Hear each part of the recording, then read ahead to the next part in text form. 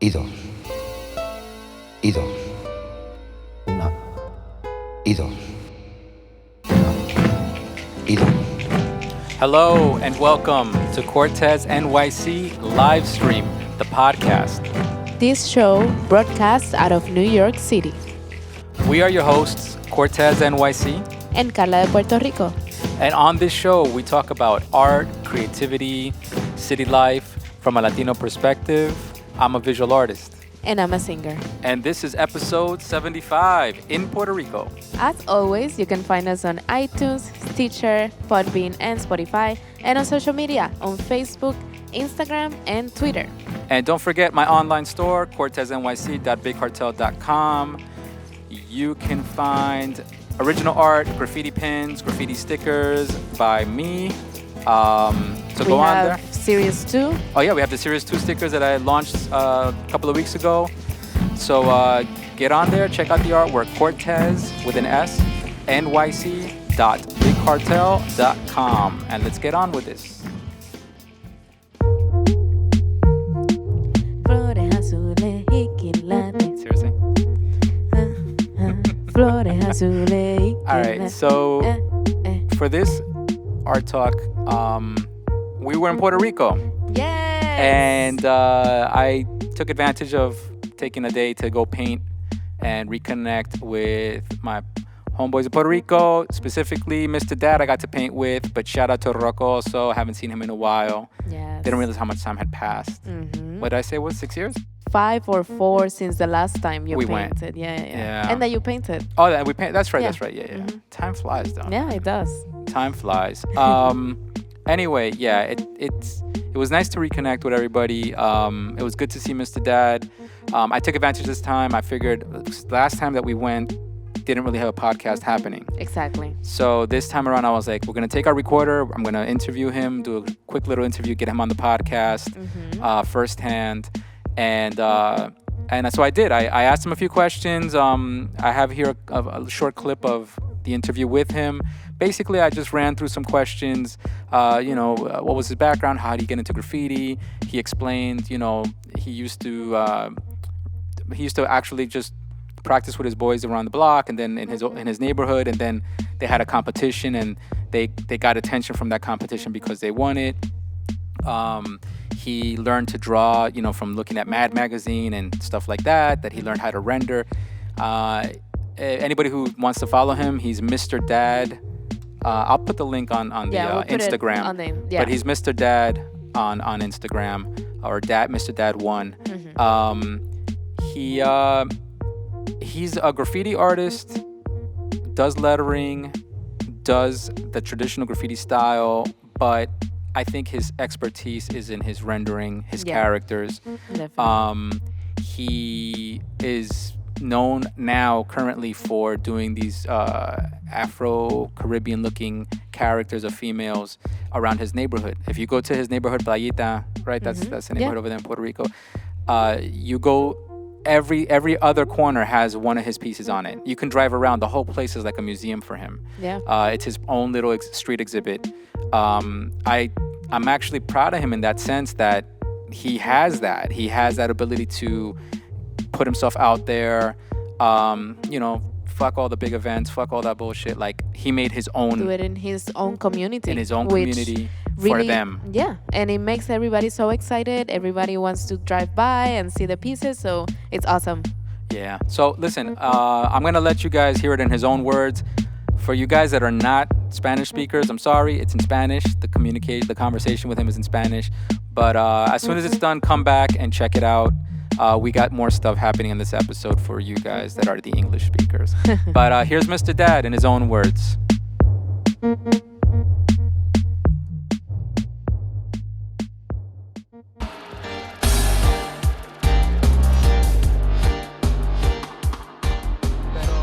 Entonces cuéntame, ¿cómo es que tú empezaste aquí en el graffiti? ¿Cómo te metiste al arte? ¿Cómo aprendiste y cómo llegaste a lo que eres ahora, un tenaz en el arte de graffiti aquí en Puerto Rico? Yo a mí siempre me gustó el dibujo y veía las cosas de los old school de Puerto Rico y en ese tiempo pues no sabía con qué herramientas se hacían ni nada. Entonces un muchacho que estudiaba con mi hermana, yo estudiaba con el hermano de él que era más pequeño, él ya sabía un poco y tenía un poco más de conocimiento de lo que era el arte, de lo que era el arte del graffiti, pero que tampoco él sabía tanto de graffiti, o sea que empezamos, como quien dice, aprendiendo los dos. Y íbamos en bicicleta a ver las paredes de esquí, del FX, y preguntando hasta que empezamos a saber qué eran los caps, qué eran las latas que se usaban. Y de ahí hicimos un crew que ninguno sabía, empezamos a practicar todos hasta que aprendimos algo y siempre pintábamos en el barrio. ¿Cuál barrio era ese? En Playita. En Playita, en Santurce, Villa Palmera, para los que saben del área. Y hasta que se nos dio la oportunidad de pintar en un evento, y gracias a Dios, la primera vez que pintamos en el evento lo ganamos. Y de ahí pues la gente empezó a conocer de lo que era Dad, hasta que después empecé a pintar HD y empecé a hacer viajes a algunos países. Cuando tú ¿empezaste con caricaturas o con letras? Yo compraba mucho la revista Mad. ¿Ah, sí? Y hacía las caricaturas, pero trataba de darle colores como si fuera realismo. Sí. Practicando las luces y las sombras. Ajá, con los dibujos de la revista Mad. Y seguí practicando hasta que empecé a ir eliminando el outline, las líneas, para que se vieran menos caricaturas. Ajá. Hasta lo que hago ahora. Y entonces, ¿cómo te metiste a las letras? Porque aunque tú digas que no haces letras tanto, pero cuando No, las antes yo hacía muchas letras. ¿Sí? Sí, ahora como casi siempre pinto solo, pues, y siempre cuando yo estaba en las paredes, yo era el que hacía el background. Todo el mundo hacía letras, yo hacía mis letras más el background. Y empecé a hacer letras, pero aquí empezó a usarse mucho el estilo 3D. Y yo veía a esa gente, los old school, que empezaron a usar el estilo 3D. Y me fui por esa línea de hacer letras 3D. Entonces las letras que tienen más forma, como más orgánica, más orgánica, que sí. se pueda ver que tiene peso. Que no tienen outline, solamente luces y sombras. Hasta que agarré mi propio estilo.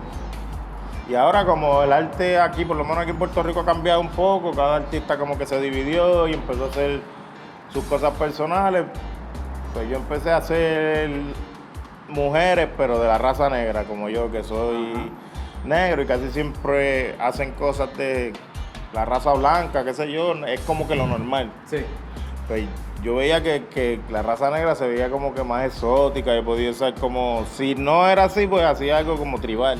Sí. O sea, que se viera como si fuera una india, aunque no fuera negra, pero que se viera como si fuera una india con la cara pintada como una guerrera o algo así. Voy a poner fotos para que la gente vea de lo que estamos hablando. Pero por ese tema, te quería hacer unas preguntas. ¿Cómo la gente recibe esas imágenes cuando tú las pintas? Porque el barrio donde tú pintas, tú tienes esas caras por todo el lado. Eso es una exhibición grande tuya que tú tienes ahí. Que ya a mí me conocen como el que pinta las negritas de afro, las negritas, bembonas. Ya y la gente la recibe bien. Sí, le encanta. Por eso lo he seguido haciendo, porque la gente lo acepta más que el graffiti tradicional. O sea, lo entiende más de pronto. Lo entiende más, lo acepta más y se identifican más que el graffiti. Ok. ¿Y qué quisieras hacer ahora, moviendo hacia adelante? ¿Qué planes quieres hacer? ¿O qué te gustaría hacer? Bueno, ahora estoy haciendo canvas de lo mismo, de mujeres negras y... Nada, creo que ahora mismo estoy en una etapa como que un poco despegado de lo que es el graffiti como tal, más el negocio, ¿sabes? Tratar de hacer dinero y tratar de vivir o ayudarme a vivir un poco con el arte. Sí. No es tanto como antes, que estábamos más por compartir Y además estamos entrando en edad que no es la misma energía. Exacto. No nos sobra. Ahora lo hacemos cuando hay que hacerlo. Antes lo hacíamos todo el tiempo. Ajá. 24/7 si podíamos pintar 24/7, pintarnos 24/7. Ya el cuerpo no da para eso. Ajá, verdad. Y tal vez la economía también. Y acá, ¿con quién estás pintando? Otra gente que de pronto quiere darle un shout out, otros artistas que estás pintando. Ahora mismo estoy pintando con Line-Up. Son de las pocas personas reales que yo puedo decir que pinto con él, y si mañana no pintamos, él va a seguir siendo la misma persona conmigo. ¿Sabes? A mí no me interesa pintar con nadie a menos que sea una persona real, ¿sabes? Que aparte de la pintura sea un amigo, que si tenemos que compartir fuera de lo que es el graffiti, lo podamos hacer sin egos. Ajá. Y literalmente eso. Ok. Oye, pasó el huracán, el María, que fue un evento grande, y aquí se ve todavía que por ahí hay efecto de lo que había pasado. ¿Tú crees que eso afectó el arte acá o crees que la gente sigue? El huracán como tal no afectó el arte. El arte ya se había afectado antes, y es por los mismos colegas, por lo que te estaba diciendo, por el ego. Ok. Quieren comer como que solo. Si yo hago algo, prefiero ganármelo yo y no ayudar al otro. Si el otro sabe menos que yo no quiero pintar con él. Y eso, y también las mismas personas que hacen los eventos prefieren apoyar al de afuera que el de aquí. Y eso ha hecho que la escena haya mermado un poco. En verdad la economía vino a correr un año después. Tuvimos 6 meses sin luz. Y la gente no estaba pensando en pintar, la gente estaba pensando en sobrevivir. Claro. ¿Sabes? Llegó un momento que hasta el pobre, el rico, todo el mundo se veía sin nada porque no tenía... como yo había cobrado mi trabajo, pero no tenía dinero porque no había ATH. Los bancos estaban cerrados. Y ¿sabes? La gente, todo el mundo no estaba pensando en hobby ni en pintar, todo el mundo estaba pensando en volver a sobrevivir y volver a echar para adelante todo lo que el huracán echó para atrás. Okay. Bueno, pero de todos modos era un break, porque ahora ya todo el mundo pintando otra vez. Sí. Es peor. Vamos a ver. No, y sirvió porque un evento que hicieron al otro lado de la isla en Cabo Rojo fue como para revivir. Eso era un área turística y el evento lo hicieron como para revivir el área, traer gente otra vez, porque estaba muerto por el huracán. Los negocios como que dejaron de vender, y lo que ellos no hicieron en todo el tiempo del huracán, hacia ese momento lo vendieron en una noche. Y en el día del evento. Y nos agradecieron por estar allí, porque su negocio no había vendido así hasta ese día. O sea, que el huracán fue algo malo, pero también fue algo bueno en algunas partes. Bueno, oye, entonces vamos a ver si puedes venir a pintar en Nueva York, hombre. Que ahí Me encantaría. está invitado. En 2006, 2008, en Five Points, Ah, sí. así en mismo. Top City. Ajá. Ok. Vamos a ver si ya nosotros a regresar a Me pintar. encantaría. Parte 2 de Mr.Dad. Pero nunca con Cortes. Exacto. Ahí vamos a arreglar. Ok, Mr.Dad, gracias por su tiempo. Te lo agradezco, y como siempre, tú sabes, estás invitado allá, ya tú estás en casa, y aquí, tú sabes que yo les traigo también y pintamos. Pero si no estás haciendo todo igual, no tiene ningún color el paso que hace. Separa menos tiempo. 1, 2, 3, 4, 5, 6, 7, 8, 9 y 10. 2. Culture Talk. Culture Talk. So, Carla, this Culture Talk, what do you have from us? From Puerto Rico, what did we do there? From Puerto Rico. So we got the opportunity to meet with my friend Keyla and my other friend Manu, my Okay. new friend. And we just wanted to have a conversation on basically being bilingual in the island, and how did we learn English, and basically just talk about it, because I feel like sometimes the relationship that we have with English is not that spoken, or we don't talk about it a lot, and we just know that we have a strong accent in Spanish and in English, and that some words are just given. So we just wanted to talk about our experience, and you got to talk to them too. So, Well, we were doing a bar crawl, and it was nice we were trying to figure out the whole time there, how do we get a nice little conversation on the podcast with some of your friends. We were hoping to get a bigger crowd originally that day, but just the way things turned out, it didn't turn out that way. But at the end of the night, when we figured we'll bring the recorder and we'll try to do this. And this is a lesson to you guys out there making podcasts. Take advantage of any opportunity you have. Don't be lazy. Take the recorders with you. Yeah. You can record even on your phone. Even if your it's on voice, your phone. Exactly. voice notes. So just do it. Exactly. But I think that was a big part of that night was the push to try to find a place to just be able to take. We were going to do 30 minutes. It ended up being an hour. But to take the time out to have a conversation and to feel the mood out, because you don't want to force a conversation. You want to have a natural conversation with people, especially if you can do it in the street corner or, at a bar or something. Yeah. And that was a good lesson right there, doing that. I think we covered a lot of topics. Like you said, we were going to discuss mostly the bilingualism thing. But I think it also brought up some other topics that was good. It was an interesting thing. Yeah. It was fun speaking with them. I know that Keyla and Manu mentioned that they listen to the podcast. Yeah, so shout out to do. you guys. They've listened to previous episodes, and it was fun to do that. We were also that night, was a Game of Thrones episode, and the spoilers were all over the place. So we were discussing that off mic. Camera. Yeah.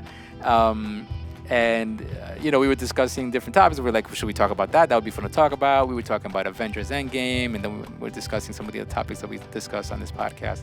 But it was refreshing to, I guess, be able to talk to people who have listened to the podcast and at the same time create new content with them. Right. I think that's the takeaway from this little session and with them. have a lot to say and a lot to share. I think the conversation went great, and we got a lot of input that otherwise maybe we couldn't have. So, all right, so check it out, guys.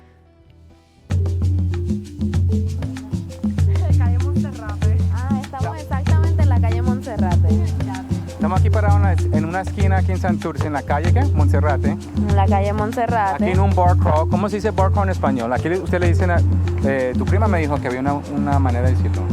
Chinchorreo. Chinchorreo me dijo. Chinchorreo. Pero eso no es chinchorreo. But this is not chinchorreo. ¿Por qué no? What's a Porque chinchorreo? bar crawl is more about just drinks, but chinchorreo is also about food and fried food, Oh. right? To me, the difference between chinchorreo is like chinchorreo is more en el campo. And And you go to like dingy, ¿cómo se dice eso? Un chinchorro. There's a word for that in English too, and I forgot. A chinchorro like como what? un kiosco. Like a little shack bar, like a little. Yeah, like Eso, a roadside food. Le dicen. Es que en Nueva York no se ve. Sí, pero son como kiosquitos. Ajá. And it's the fact that you like get in the car, to go someplace very far is what como que yo lo relaciono. You get in the car, you go away like another town, and you go in like this little shady place, have a drink, and have a little snack, and go to the next one. Porque el carro es más. Espero que no salga ningún. ¿Quién va a salir? ¿Por qué va a salir un animal? Obligado. Fantasma o algo. Ratas. Carla, si tú estás en Puerto Rico, la isla del encanto. El encanto no te puede matar. Oh my God. El encanto nunca ha matado a nadie. Ok, continuemos. Solo tu corazón. Oh wow. Wow, qué inspiración. Just be afraid for Dios. your heart, that's I it. know, I'm like, There's been what the- songs written about it. El encanto mató I'm tu gonna corazón. write that down. Write it down. Lyrics. lyrics. Hashtag lyrics. El encanto mató mi corazón. Is that your lyric? Okay, Yeah, that's bueno, the lyrics. Carla, Okay. introduce your guest for this culture talk. Oh my God. Dale. We have two special guests. He's Who's Keyla and Manu. Welcome, guys. Hi. What's up? Anyway, we took a break from our little bar crawl. Yes. Because we're itching for the next beer, but we decided let's just take a break and we're gonna do a little chat, a little episode here. We're gonna talk about Being bilingual in Puerto Rico. and the difficulties of that, or the challenges or the blessings, because sometimes it could be a positive, right? Yeah, of course. One of the difficulties for me that I realized, and I will be posting this, is GPS here is crazy. It is crazy. Did it change on you? It No, we says, were- Drive. No, we were using the GPS, right? And then all of a sudden, we hear her voice saying, turn left into calle San Juan Bosco or something like that. Yeah, so like- instead of saying like street, they say calle, but then it's not even calle. It's like calle. Calle, da, da, da, da. Blah, blah, blah. So So, they do- all the names are in Spanish, even the like calle, avenida, and all that are in Spanish, but the directions are in English.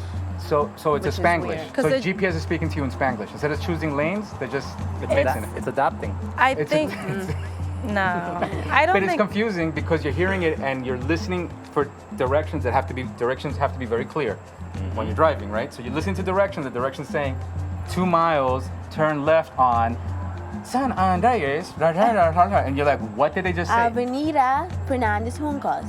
Yeah, and you're like, what? What was that? But it said very fast, so I'm saying it slow, but the GPS said it very fast, so that And it it sounds creates a horrible. new word that you don't even know what the fuck they're saying. I think I would say that it's not exactly bilingual because it's not actually reading in Spanish.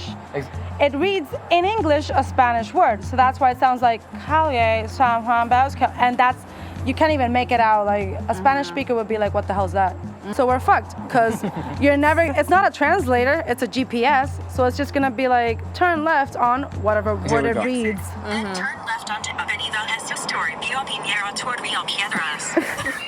Did you understand what that was? Let me play it again. Hold on. Here we go. So I'm playing you guys a quick little clip of what I heard. Take the exit. Then turn left onto Avenida Estes Toribio Pinheiro Toribio Piedras. Did you understand what avenida that was? Rio understood- Piedras. I understood Rio Piedras. I Pinheiro. understood Avenida, Rock but River. Understood Take the Pinheiro. exit. Then turn left onto Avenida Estes Toribio Pinheiro Toribio Piedras. That's the problem. So horrible. your GPS can't do that, right? right. Horrible. So that's where bilingualism doesn't work, right? Yeah. Spanglish doesn't work in that sense, No, right? the app doesn't work. Well, it's trying, right? Yeah. I understand why it's happening because you have Spanish language streets, but you have an English GPS. Everything is written in Spanish, and then they're trying to basically say what is on the system with their English voice. Which wouldn't whatever. probably happen in France. If I went to France, or if I went Exactly. somewhere else, it wouldn't happen. But That's- because here it's uh-huh. both languages, then that's why it's confusing. Yeah. No, but wouldn't it happen in France? If you go to France, let's say, and the streets are in French or whatever, then if you put the GPS there, then it will talk in All my French or people out there, whatever. let me know what's up. Okay, How is it do in Do that France? now? Can I do that now? Maybe you can check Try and if change going it. Try and change to. the language. No, because I have it in English, but I'm gonna look up something in French to see if it reads it in French or in English. Yeah. Well, I think the other issue is that it's how your phone is set. So if your phone is set to English, Right. I'm assuming it's going to read to you in English. But then if it's in Spanish, then it's gonna read in Spanish, which is not gonna be a problem if you're in Puerto Rico. But if it tells you make left on Le Arc de Triomphe or like whatever the fuck, you know what I mean? Like how are you gonna? If you don't know French, you might not get what it's trying to tell Right, you, and you right. might read it and be like, "Is that the word that the person just said?" Right. Fuck, I missed my left. Yeah. You know. Well, that's one thing, but we really wanted to talk about also being bilingual in Puerto Rico and how did we If only became we had, bilingual, right? If only we had some Puerto Rican bilinguals on the show that can explain to us what it was like to be raised in Puerto Rico You did and great. bilingual. Wait, we have two right here. Look at this. We have Keyla. and Manu. You did great. So how did you guys learn English? Let's start there. Yes. Were you always bilingual or did it happen one year? I'm pretty sure I learned English by watching a lot of cartoons, Looney Tunes, when I was a kid. Okay. And then I grew up studying in a school that was all English and only one Spanish class Oh, in wow. every year. That's challenging. So I'm pretty sure English would be my primary language. Exactly. Wow. Yeah. Wow. I speak and write better in English. in In English, English than than in Spanish. Spanish. Yeah. Very That's interesting. cool. Keyla, how about yourself? Extended Yeah. bilingual. I'm okay. Well, I learned like that too, watching cartoons. I guess as a kid, I was blessed, enough to have my mom put those annoying closed captions on the TV. So my little kid brain just absorbed basically what I was watching, what I was hearing, and what I was reading. I really learned that way because when I got to school, yes, I had a nice English teacher, but I wouldn't say that I learned in school. And also like my family. I never got to study in a bilingual school, but my family did. So I was talking like when I got together with my cousins, that's when I would like get excited, like Speak English so now. we're gonna speak English. The little nerd, just like hey, let's. That'd be exciting though. Yeah, it was like. And it's also like your fun. own secret language in a way when you're little. Because if your parents don't speak English, it's kind of like, okay, now we can talk about things that they don't need to know. And cool whatever. things. And cool things, yeah. I was thinking about that too, because sometimes when you're bilingual, you associate certain things with with certain languages. So like Spanish might be associated if you spend a lot of time with your grandmother, it might be associated with things in the house. You know what I mean? But then English is like with fun stuff with your friends. You know, things that you actually enjoy and entertainment. Yeah. Or vice versa. Maybe if you associate English with only school stuff, then you might think English is only like math, science, history, long textbooks. Yeah, and you might think it's boring, and then you go home and you think Spanish is fun, romantic, it's music, it's. So maybe, you know, it depends, I guess, how you're raised, who you're raised with, and how you pick up the language. Yeah. For me, we said this in a previous episode, we were talking about being bilingual, and I remember saying that I definitely learned Spanish first, which is weird. I was born in New York, but I was raised by my mom. My mom only speaks Spanish. So I first must have learned Spanish, because I can't imagine my mother teaching me English. And then once I went to school, I started developing more English. You know, obviously, you know, between school age and being born, there's got to have been some English in there and TV and stuff like that.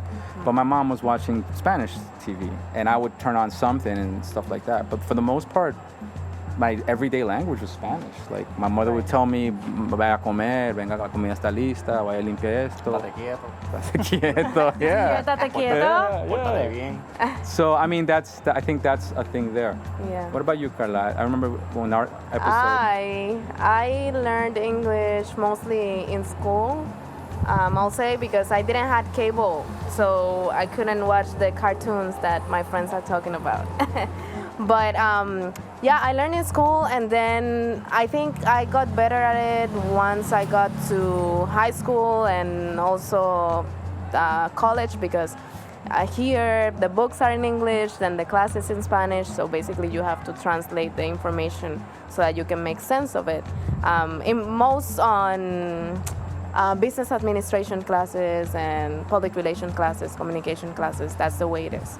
So I think that's how I got better at it, at speaking and understanding. But then once I moved to New York, definitely that was the big change, where because of the need of you have to speak to someone, you have to work, you have to go to school, so it makes you that you create your own, I don't know, English understanding language, and then now I'm fluent most than any other time when I was here in Puerto Rico. I think there's levels to being bilingual too. Like, yeah, exactly. You speak English. I think you're always gonna probably have an accent. Yeah, in my opinion, always. you might. I don't see you letting go of it. Not because you can't, but I just think that your personality is attached to certain things. That I don't think you'd let go of your Spanish accent in English. But I think there's levels to it, and I'm sure you guys see it here. Like, are there levels here to bilinguals, people who speak? Yeah. What's your experience? You were talking about the textbooks were in English, and the classes may be taught in Spanish. Yeah. That could be because maybe the professor didn't know like even a good amount of English, because we don't have access to the same kind of the same kind of education. Like, for example, he got to study in a school. I didn't, but I got to watch cable. She didn't get to watch cable. Like, it's very different for everybody around here. Like, their access to English, how they get to practice it and whatever. So there's definitely levels. You got, like you say, it took you to a whole new level, that immersive experience of being in a country that moves in English. Exactly. Here, you hear English, but we don't move in English. Exactly. Yeah, that's why it's different when you move, and then you realize, oh, I didn't know as much.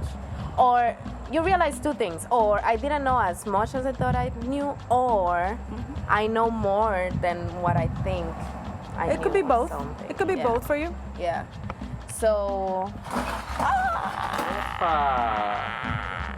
For you guys out there, a car just stepped on some bottles and some things. Glass. Yeah. So jodió. Spanish is funny because Yeah, exacto. Diablo. Expressions are way better. Exactly, definitely. I enjoy it. Like, Yeah, way more expressive. Yeah. Um, English to me is fun because it's, let's say, wittier in so many ways. There's a lot of wordplay. I enjoy puns and shit like that. It's very creative in that sense and rich. But Spanish to me is just so fun. It's very creative as well, and the imagery to say some things. Yeah. So I was raised in New York. My parents are from Colombia. I had family mostly trying to go to the United States, not people trying to go back to Colombia as much. But over here, and I would want to ask you guys, because over here in Puerto Rico, there is a connection between Puerto Rico and New York, a constant back and forth, the flow of people. And that creates also another level of bilingualism because you're taking words from here, taking them over there, you're taking expressions from over there, bringing them back to Puerto Rico. Does it become a subculture of Puerto Rico of people that travel back and forth versus people that don't go that often back and forth or have no reason to leave the island? Like, do you guys see that growing up? Well, I had an uncle that he lives in New York and he will come back, and I guess the difference that you can see is maybe how people from New York that are Puerto Rican express themselves when they come back. Then you can see how maybe they communicate either in English or Spanish, and then how they use the language. But I don't think we see as much. I mean, at least me, I don't think we see as much interchange of expressions between one or the other. If anything, I've seen a lot of New Yorkers in New York that use a lot of Puerto Rican expression, but with In quotes, in air quotes. but Condescending air quotes. For me, with a whole different accent, because it's with the English accent Right. Yeah. of a Puerto Rican, but it's a New Yorker. But okay, well, whatever. I don't think I know. I understand what you're saying because where I work, I used to take customer service calls for customers from New York, and a lot of them were Puerto Ricans in New York. And at the same time, I could either get a call from there or from somebody here in Puerto Rico. So every time I would answer that call, once they started speaking, I could tell either from Puerto Rico or they're Puerto Ricans in New York. There's they have a distinctive accent too. Right. And like words they use. Do And they use any words, peculiar words? Like, I'm trying to remember. will they right code now. switch between like It's definitely message? code switching. Code switch. Switching. You're probably, I think you're going to experience this now more, Carla, and you're probably going to speak on it later in a couple of years when it becomes more obvious. Now that you've left the island, now you come back, now you go back again, now you come back, and then you're going to start to develop a new, you're going to start to identify the language differences in people, and you're going to start to see it a little more, Like you were saying, I mean, I could definitely see it. So, okay, I don't want to be specific, but I had a coworker, right? That I already said whatever. He is from Puerto Rico. Go with the air quotes. He can be he, You it can can't be just she, assume it it's can be gender. it. You can just assume it's gender. Whatever. Non-gender he wanted. specific. No gender specific. No gender binary. So he started working with me, right? And he's from Puerto Rico too. I already continued, whatever.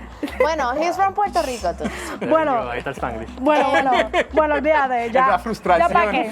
Ya, exacto. Ya pa' qué. Ya, Learn qué that carajo. phrase. Ya pa' qué. Pero, okay. So, he was from Puerto Rico too, right? And right away, when he knew I was from Puerto Rico, he started speaking to me in Spanish and with a heavy Puerto Rican accent, even heavier than me. So I was like, am I not that Puerto Rican? Have I been here for too long? Am I too educated that I'm not that Puerto Rican anymore? And then I kind of like understood that But what's a Puerto Rican accent? What's a Puerto Rican accent? I can get what you mean. Yeah, but I can I can have an example? Éramos I guess esplayados. there's Éramos different- esplayados. Sí. Okay. Esplayado. ¿Cómo? There we go. Now we're getting to the nitty gritty. Spell it. What is that, please? Esplayao. GP, please tell me, GP. Esplayao. Esplayao. Esplayao. Esplayao. supposed to be Esplayao. So you guys take it for esplayao. granted. You guys think everybody knows this. It's supposed Nobody to be knows what the hell's esplayao. No, we don't. I don't pretend because Everybody in Esplayao, but that change of S to the J. I don't even know what es esplayao. What is that? Esplayao. It means to be, how can I say? New word. Es como, Slang. bueno, es como piernas abiertas, pero no es piernas abiertas. no. Okay. Okay. Pero espérate, porque es esplayao, porque esplayao es. We are entering new territory here, people. Context. We gotta give it context. We're talking about the open legs. Okay, but it means in the sense que es como. Here we go. Why can't I get a definition? What's esplayado? Esplayao. Is it a real We need an word? Urban Dictionary. Is it a real word? Exacto. For Puerto Rico. For Puerto Rico. Is it a real word? It is for us. It's an slang. expression. No, is it a real word? Can I find It's that a slang. Que It's a esplayao. slang. It can refer to I'm gonna someone look who's for it. loud. Thanks. have the technology. Someone who's like Thank you very much, sir. who's very loud. Somebody's on the job here. Loud. Not loud, pero como ordinario. Ordinario. Eso es lo que era. Ordinario. Eso es lo que era. Él era un ordinario. Okay, all right. Esplayado. Instead, okay, I'll do an example. Since I can't define it, I'll be like, okay, en vez de yo hablarte así, bien correctamente, pues mira, Cristian, pues te voy a hablar así y voy a arrastrar Mira, Pai, la- pero tú estás en toa. Mira, Pai, pero tú estás adelante. Así. It's like almost saying uncultured, but not really. Esplayado. But is it Like I wouldn't say uncultured. yeah. I wouldn't either, but It's- it's but literally, is it a It's word in a ordinary. dictionary? Yeah, it's not ordinary. No, es it's como. not a word in the dictionary. It's not a word in a dictionary. It's not a word in the dictionary. No, it's a slang. It's very a word slang. we use. Esplayado. But we're Esplayao. gonna help you understand. Where does it come from? What word? The root of what word? Playado? No, esplayado, No. esplayado, desplayarse. Oh, I'm sorry. You can repeat it 5 times. You didn't give me the definition. What I'm gonna get on es playas. I'm getting to the origin. Let me see. Ok, bueno, el punto es que I'll continue. este muchacho, he was like that, like very, I wouldn't say uncultured, but I would say maybe too Esparcirse. comfortable in his own language that he couldn't code switch and within A professional setting. a Got it. professional setting. I understand that. Or more than a professional setting, it's more like a Spanish switch. Because I can speak like a Puerto Rico, like we speak in Puerto Rico, but I try to speak a little bit more proper. What is it? All right, we have One that I Kayla. found. That's the same one that I found, but I didn't find it. But I don't have fucking Pinterest. Me Shit. neither. But anyway, here it kind of says something that is wide open. Esplayao, that's why we're using the legs open thing. But Something that is wide open. Esplayado. And Which means that is basically maybe that is not like I have, in order. okay, espérate. The Dale. example, so you can get on that Kayla, go ahead. wide Give me. open. Example, dejé la casa con la puerta esplayada. No abierta. No abierta, no. Esplayada. Esplayada. Es que listen to this. I'm laughing because reading it with like the S is even funny because esplayar es una palabra tan esplayar. It has to be brought like to the esplayar. We gotta do the whole slang conversion of it. It can't be with the S. Because then it, all It right. feels weird. Dejé la puerta esplayada. Exacto. No, esplayar. La Esplayar. dejaste abierta. Esplayar, bien abierta. Bien abierta. Exactly. Like those words that you trade the R for the L. Yeah, You yeah. gotta go full slang on it. You That's can't what it half-ass is. slang it. Okay, Bueno, so el he was punto speaking es- bien El esplayado. punto es que Christian still doesn't get it. I understood. I have understood. I I'm gonna help you. understand that when I'm speaking with other Latinos or other people that speak Spanish in the same setting, I cannot speak like I speak in Puerto Rico because they're not gonna understand shit of what I'm saying. Gotcha. So I understand that when I'm speaking with other people that speak Spanish, I need to be aware that they need to understand me. And maybe they're from Colombia, they're from Mexico, they're from Argentina. Right. And they're not gonna understand shit if I speak like I speak here or with the slang that I use here. So this guy, he was using a lot of slang, of Puerto Rican slang, like he came from Puerto Rico like 2 days ago. And I was like, wow. And then I was starting to be like, okay, I understand. I'm this type of Puerto Rican, he's this type of Puerto Rican. And even within the island, we are all different in the way we speak and the way we express each other. Ourselves. each other, Gotcha. or I got you. ourselves. Okay, okay. ¿Tú me entiendes? Ya te entendí. Entiendes, Bueno, Mendes? but that's an example. I Okay, think. te entendí. I don't even know what was the first question. Well, but okay. the first part of it was that you'd be identifying different levels of Spanish and Puerto. Oh, and another thing I was going to say when we were talking about levels of bilingualism, I was going to say that in Puerto Rico is very interesting because even people that don't know English, like proper English, by going to school and learning it or reading or whatever, they know English because in Puerto Rico, for example, to estacionamiento, we call it parking. Like Right. a parking is a parking. Exactly. And things Hamburgers. like Hamburger. hamburgers, hot dogs. Hamburguesa, but we Pero say hamburger. hamburger or hot dog. Baby shower. Or baby shower. We talked about that Yeah, today. we talked about today, baby shower. Yeah. Exacto. We went to So a baby shower today, and I was trying to understand how do you say baby shower in Spanish, and there was no Spanish word for baby shower. yeah. Ducha de Ducha de niños. niños, that's what we Wow. That That's sounds what we- horrible. Qué If you fuerte. wanna That go to sounds- the- if that you wanna sounds go to the literal bad. translation. That's how we got here. Una ducha Yeah. de niños is how we got here. That's what In the we first said. place. Yeah. No, but what I was going to say is that, for example, even my mom, that she doesn't know English, Yeah, I or was she thinking of thinks that she too. doesn't know English. She does. She knows a lot of she English. knows a lot of English because of the relationship that we have with United States and because of the way things happen. So That is Yeah. that is true, Carla. That is yeah, very good true. point, I'm reading posts. I'm trying to find the freaking like something better to explain it to you. And I'm just watching other words. Well, another interesting one that I saw today, which was hilarious, was in the menus. We had brunch today. And we went to a Oh, great that's place, true. actually a great place recommended to everybody. It's called, what is it called? Bistro Cafe. Bistro Cafe. Not cafe, Bistro, not No cafe, bistro. but Bistro Cafe. Put it. Okay. So Bistro Cafe, long line, very trendy spot. I'm sure. We gotta wait for an hour and a half, but okay, it was worth it. I'm sure social media had a lot to do with that, but yeah.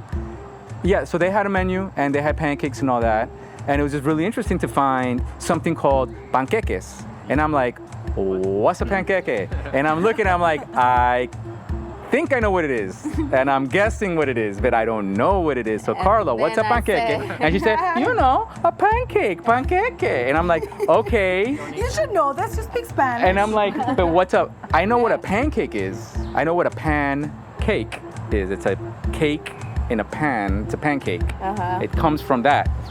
I said, why panqueque? And she goes, I don't know, porque panqueque, porque es hecho con pan. And I'm like, no, that comes from pan, from the frying pan. It's not bread. It's not a bread cake. It's a pancake. But they spelled it in the menu. Pan, ¿por qué no? Bizcocho de pan. No, because it's the pan. It's not the same thing. No, it's like the Panqueques is actually used in many countries. yeah. So panqueque. It is a word. Yeah. It is the Spanish word. Look For at it. pancakes. Did you even Back on Google. Here we go. Here, take over. She looked it up. I looked it up and I know it. Faithful. Yo, it is a word. Did you even look it up? No, he didn't. But Look at it. Look at it. Panqueques. panqueques. That's the word we use in Spanish for We it. didn't make it And up. it's not that we made it up, like. But we other make up words. We do. Yeah, but not this one. Not this one. Hold on. Let's go to the Wiktionary. Oh my Dude, god. it's there. Bueno, panqueques son pancakes. It's an Urban Dictionary. I am Cortes. far too busy receiving my free pancakes from Jesus Christ. Great. What? So Ay, yeah, Dios mío. Bueno, there's a lot of ways to say like in Spanish different things that I may not know from other countries. Is there a word? Queque? what? Un queque que haces en el pan? No, it's not. Doesn't work the same There's way. no such thing as a. No, So it's just so that's it the word. is. I mean, maybe it was taken from English into Spanish. Okay, it was taken from English to Panqueque Spanish. I guess it's etymology. weirder to say saltenqueque. Saltenqueque, Que no exacto. sea queque porque I don't have a problem with the Saltencake. pan. I have a problem more with the queque part. Saltenbicocho. That's the part I have the problem. I have the problem with the Saltencake. word. Pero es que aquí no se le dice pan al frying pan, so we're not doing that same thing. But even the pan, I don't have a problem. It's the queque part that I have a problem. Out of all the Sartén. parts that I have a problem with, it's the queque. Sartén. Because hay bizcocho, sartén hay pastel. hay ponqué, pero ponqué es Ponqueque. ponqueque.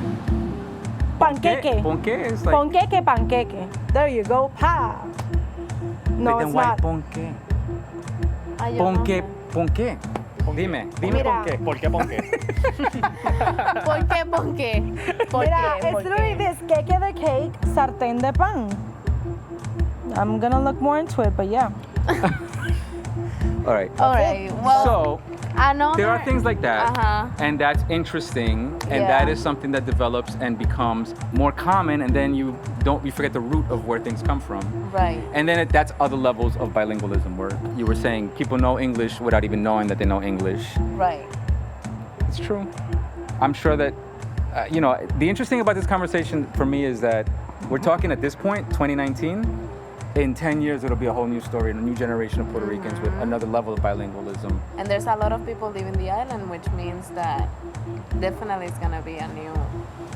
Because generation. I would say from my experience, I'm a lot older. Yes, you are. You didn't have to jump to that one, but I threw it out there to feel it out.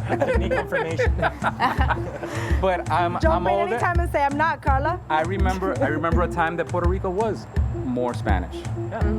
I remember coming to Puerto Rico and being like, it was already kind of bilingual, but it wasn't as American as it is. Right. And it's not that long ago, it's in my lifetime. The first time I came to Puerto Rico, I was in high school. I was 15. And I remember back then Puerto Rico was like menudo, and like you come down and people are like salsa, and people are like, gonna go to the beach, and that's it. You know what I Right. mean? And it's like there's tourists here, but it's like it wasn't like a thing. It was like it was still Puerto Rico. It was still like the beaches, salsa, and it was mostly Spanish, and there was people that spoke English with an accent, but they would kind of translate for you if you needed help. But I was bilingual, so it wasn't a problem. But you could tell that like the majority of the people were speaking Spanish with a little bit of English. Now everybody's speaking English. Yeah. And it's just in my lifetime. Yeah, it's in my lifetime. And I'm just saying, like, it's interesting that we're having this conversation because I like that in a couple of years, let's say 10 more years, 15 more years, we might see a different Puerto Rico, a different level of English, different type of Spanish as well. Yep. Which is interesting also because also Spanish is changing. Yeah. Probably Spanish here is changing as well. That's a good question for you guys. Do you guys feel like living what? Tacky. Cafre is tacky. Esplayado. Esplayado would be tacky, kind of, so you can get that. Kayla went deep. She went deep. I was not gonna leave you hanging. You were very concerned with not getting esplayado. I needed to. Oh, and it was gonna eat her up. Esplayado. She's gonna call me like playa. Yeah. she's gonna have to let- Esplayado is tacky. Esplayado is tacky, just A to make tacky a... person. That's what she meant when the guy started talking to her like that, in a tacky way. It's true. In a tacky type of Spanish, like. I'm sure Ghetto. Tacky's got an interesting That's root the probably. word. Yeah. And we don't even know Tacky that. de taquicardia. It's very nice. All right, so we were talking. Right. So your very deep question. Your very deep question that was No, it's coming not that across. deep. I was going to ask that Very superficial on the street corner in San Cruz. for you guys that you guys live here, working here, everything else. How do you think that maybe Spanish have changed? Do you guys communicate more in English or in Spanish?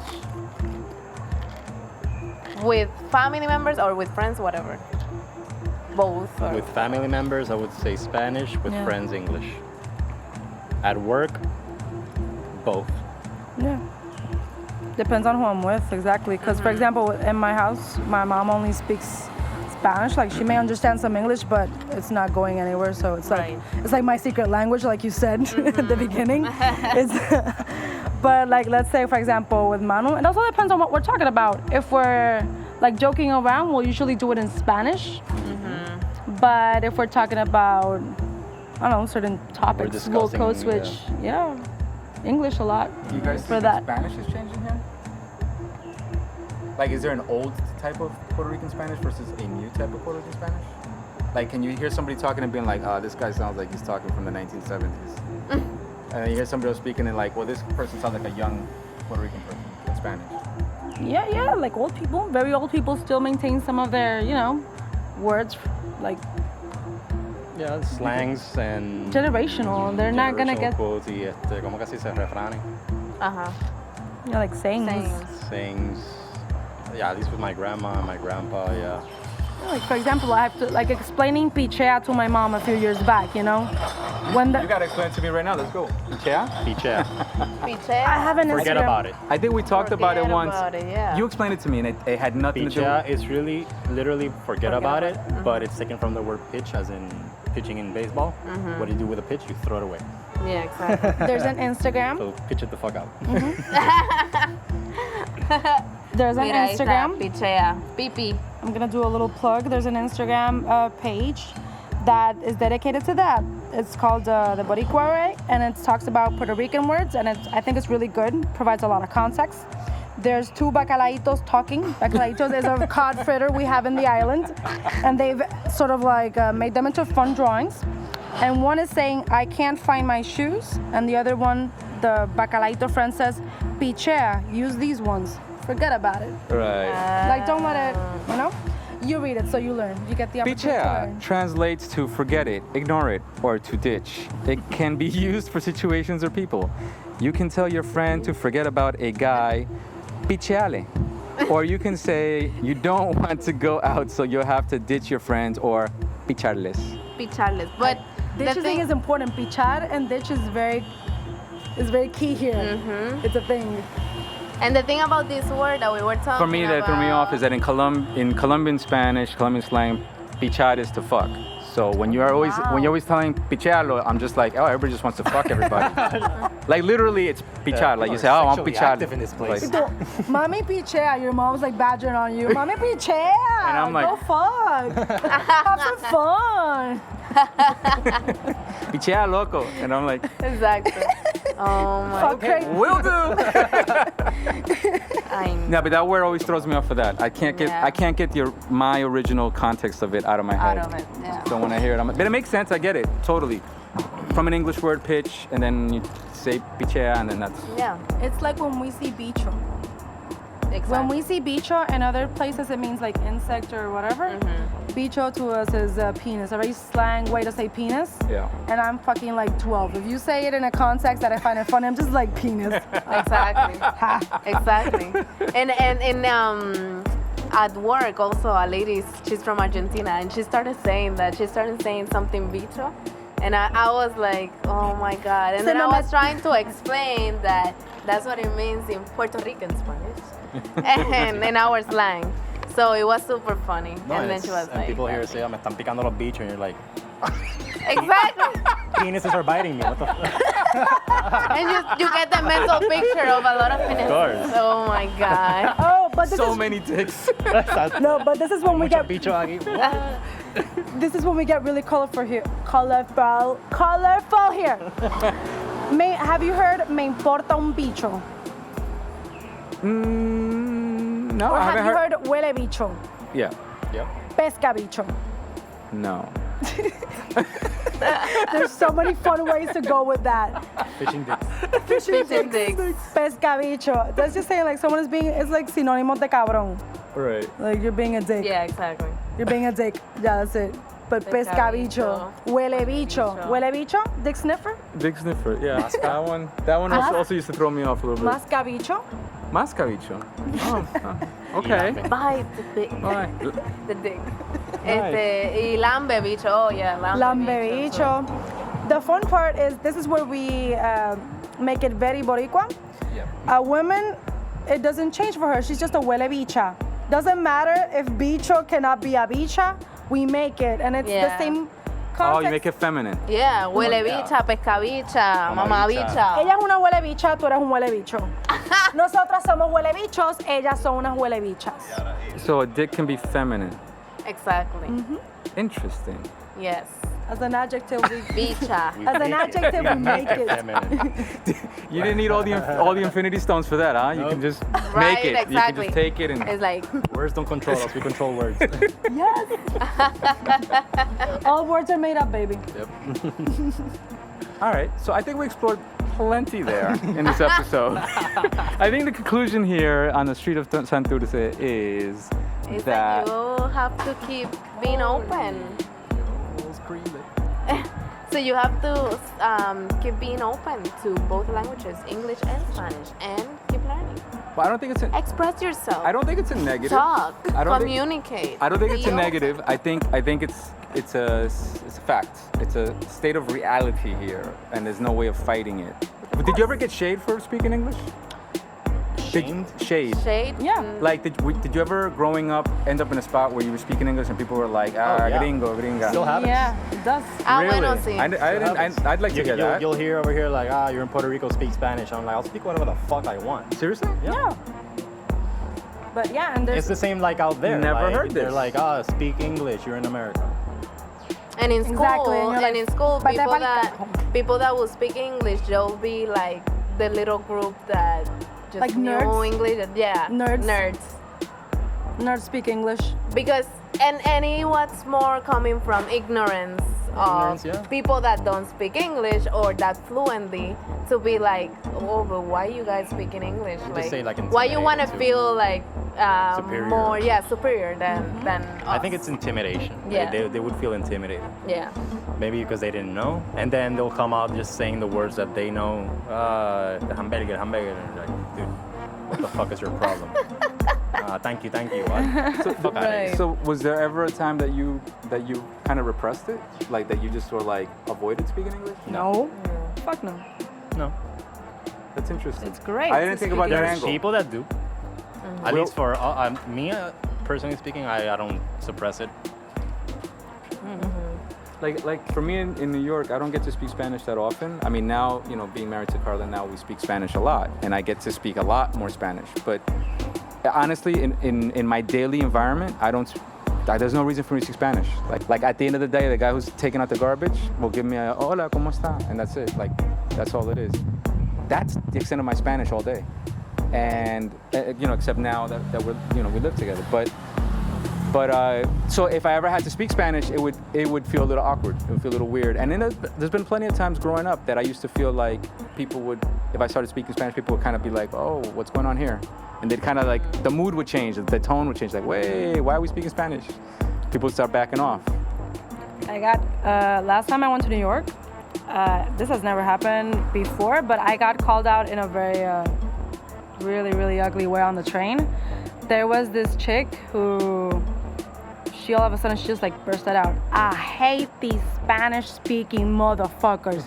This is fucking America. You speak English here. If you want to say something to me, you say it in fucking English. Because she thought that someone was like making fun of her or something, I guess. I never saw anything, whatever. But yeah, she just bursted out with that. And like me and my friends were talking Spanish and we're just like, carajo le pasa a esta? Como que cabrona, yo voy a seguir hablando español. Si te molesta, pues, you don't have to butt into my conversation, whatever. But yeah, I mean, I've never felt that way before, honestly. It was just that incident. Right. Like attacked. Yeah, no, it was a hard-ass attack. Like, my friend and I were like, the fuck, is she gonna kill us now? She's gonna slap us? Like, it was very angry, honestly. Do you think that politicians here in Puerto Rico should be speaking Spanish or English or both? Both. Definitely both.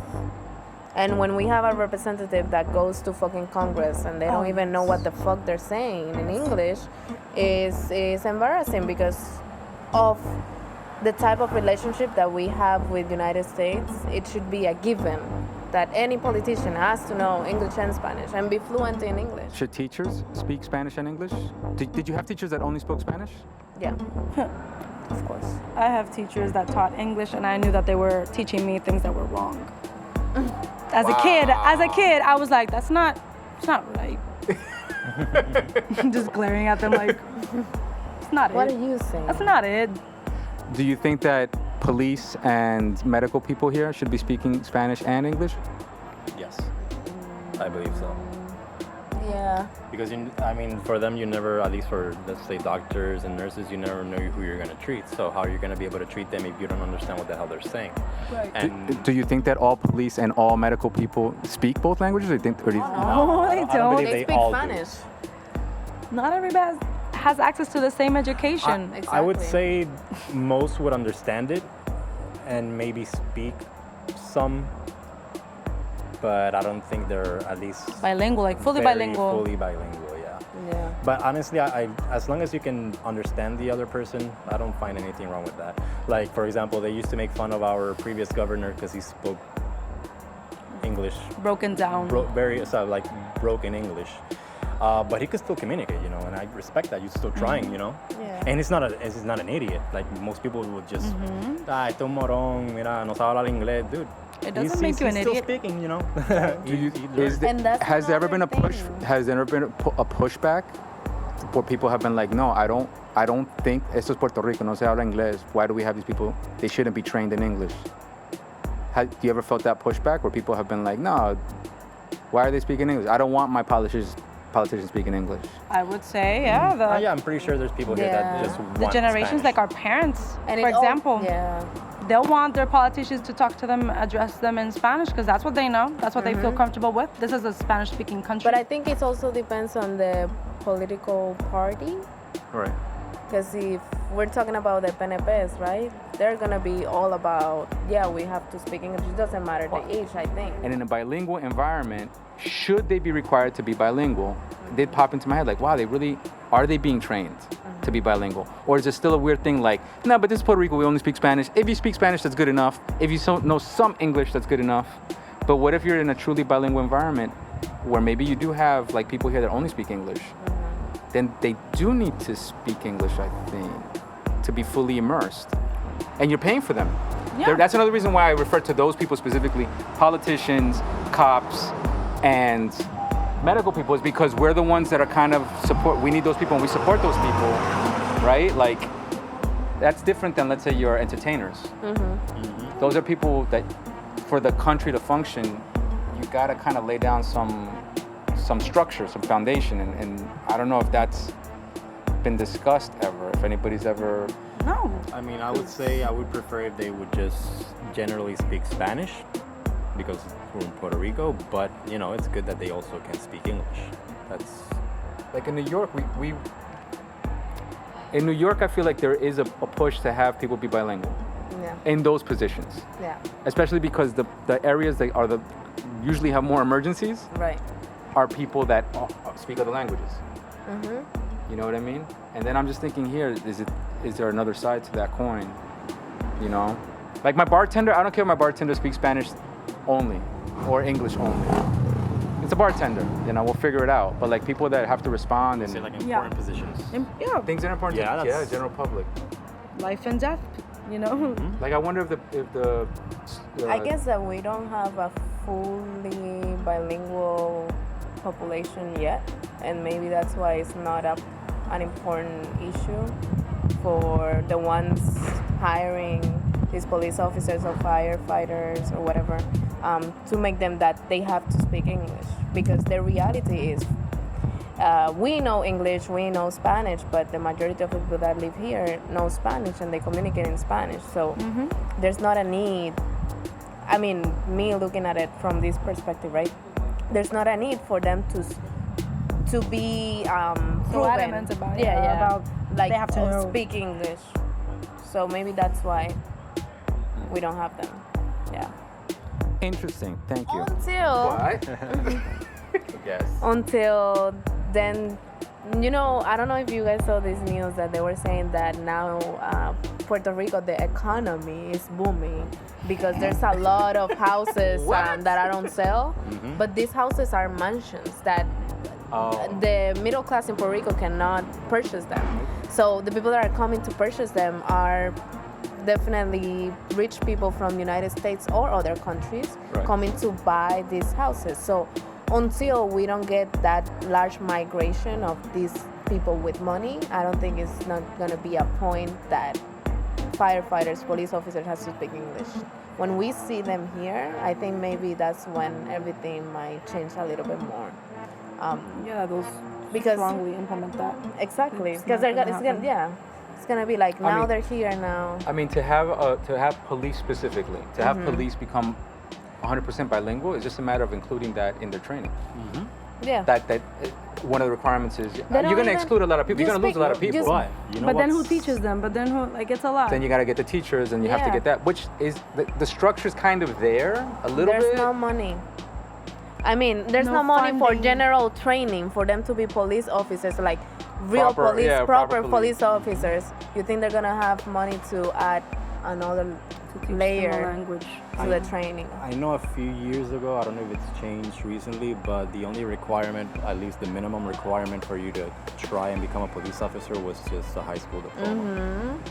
They don't need anything more. So, you know, you got that education wherever, either if you came from a bilingual school or just a purely Spanish-speaking school, you can become a police officer. So those are police officers that, you know, either barely know or know absolutely no English. And there's another And thing. that's what I would change too. I would say you may need a higher education. Me for that. too, yeah. You know, And you're gonna because deal let's with say if you don't people know any in- English and then a tourist comes and he's trying to explain to you that he got robbed, and you're like, yeah, sure, it's there. You know, what the hell? How the hell are you gonna communicate with that person? And then you gotta maybe call for backup, and that's just more of a mess. Oh, give me someone that speaks English. Yeah. Also- yeah, go ahead. No, just a little bit more on that. The interest on their part to actually learn English, like at this point in the game, would it even be there? Like, I don't think so. I think it would be very, very. It'd be a process to like get them to be like, you need this. You need to sit down and learn this. It'll be like, I know it's. We are this way. That's the way it is. Fuck it and chuck it. Deal with it. Deal with it, yeah. Deal with it. That's We the are this mentality. way. So lo que hay. So lo que hay. Brega con esa. Brega. Yeah. And that's another thing. You would have to change the mentality of people like wanting to learn English, you know? Yeah, and police officers, they don't even speak proper Spanish. You think they're gonna speak proper English? Well, Or at least a basic English. I don't know. Yeah, some of them might, in the sense, again, maybe they were exposed to something at some point in their lives, and they know some English, like Jimmy. Jimmy's a police officer, so you know, And he knows English. and he knows English. So Yeah, I guess it comes down to the education here. And I can speak for that because I had a friend that used to work for the community college in San Juan. It's called Colegio Universitario de San Juan. It's run by el municipio, by San Juan, by the government here. And that person used to work in admissions. And that school basically would take in basically every student that failed, but they didn't necessarily fail. The thing is, it's funny because they came in with their grades from high school and they graduated with D's and F's. And you would say, how the hell would you graduate these kids? So it's basically, you can see that just teachers that didn't give a shit. You know, they're like, oh, you know what, get the hell out of the school. right. Either, let's say, for different reasons. Maybe they're troublemakers. You know, they just didn't care about learning, but they just found a way to beat the system and push them out. And then they would apply to colleges, and who the hell's gonna, you know, a good college is not gonna take a person with a D average or an F average. Es más, para decir, había una persona con un grade point average de 1.50. Wow. I know someone who studied there, and I remember him telling me like, you know, in my school we just show up, we fuck around, and they tell us to hand in shit, but they don't even really care about what we hand in. As long as we hand in something, you know, it could literally be that very crappy copy paste thing from Wikipedia, and they'll take it. Just present something, we'll give you the grade, and you'll go with your diploma. That's it. Well, so that was I'm still getting paid, I don't care. that was my food for thought. That question. I'm curious if with time, you know, the more time passes, the more the connection between Puerto Rico and the United States, now the mainland, you know, now Puerto Rico is, people are beginning to understand that it's, you know, the island connected to the mainland. Maybe they'll begin to start to explore, you know, actually putting a structure of bilingualism, not just accidentally creating bilinguals, but actually making it a standardization. I mean, I don't know how people are going to receive it. I know it's political. I would just enforce it really, because, you know, it's it's not bad. No, there shouldn't be anything wrong with it. The same thing in the United States. There should be in the mainland. There should not be something wrong with speaking Spanish. There shouldn't. Yeah. There really shouldn't. It should be Either just way. another language, another tool. Yeah. Either way, Another tool. English is one of the most common languages out there, Yeah. and you know people It's a speculate that. lingua franca. ¿Has escuchado ese término? Lengua franca. Lingua franca. So it's basically the language or The common language. the common language that is used For trade. Let's say for trade. In this case, will be for business. So English is the language that is used for business. Doesn't matter if someone is from China, Exactly. someone is from Spain. That's the way they're gonna communicate is with English. The So- universal language. So- The universal language. So lengua Lengua franca comes from Europe, where in the Mediterranean, at different times, different languages were the lengua franca, and that becomes a mutt of a combination of all the different languages. So it's like Italian was one time, then it was Spanish, then it was something else, and then those words begin to blend together, and then they start to form their own language, and that language is lengua franca. And then at that time, if they were fishermen, then they would use that language to communicate. At this point in time, with technology and everything, the internet, this podcast, things are in English, the majority. And so, but it's a bastardized English, an English that's mixed with other languages. It's not a pure English. Yes. There's no pure, real English. But yes, All right. let's go drink. This is we have met the 57-minute mark. Wow. It's a good conversation, so yeah. That's a full episode. Good job, Yeah. guys. Thank you for all your help, Carla. You did a great job on the Google searching. Great job on that panqueque. Great job on all those words you looked for. Panqueque. Qué malo. Esplayao. Do you get esplayao? I got it, Playa. Thank you for your work. Can't find I was actually really thanking you. I hope you guys understood that I wasn't really talking about Carla. We can finish the episode with you understanding esplayao. That's I like did. the mark. I understood it, Yeah. Playa. That was if this 57 minutes was worth anything, it was me knowing what esplayao is. Taki. Yeah. But thank you guys. Thank you guys for joining us. for having us. Thank you for having us. And I know all the spoilers for Game of Thrones. I will not tell you. And I know all of them and a lot of the stuff we talked about earlier. Merp, merp. Sorry. Bye.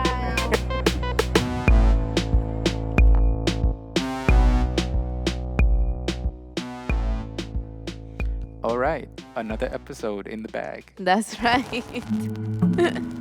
So we got a lot of Game of Thrones to watch. Yes. A lot of with my margaritas to make. HBO now. HBO that now. I made it happen, and Yes. we have it, and we're gonna watch it. So that we don't have to sit back and listen to all the spoilers from other people. Exactly. We can watch The it fuck? firsthand. All right, yeah, we got some margaritas to make. Next episode is exciting. I have special guests on the next 2 episodes. I have some solo episodes with my 2 favorite guys, Mr. Ark and Mr. Keanu. They are going to be doing the next episode, a John Wick review with me, because we just finished watching John Wick. That's gonna be fun. Yeah. That movie was good. All right, guys, stay tuned.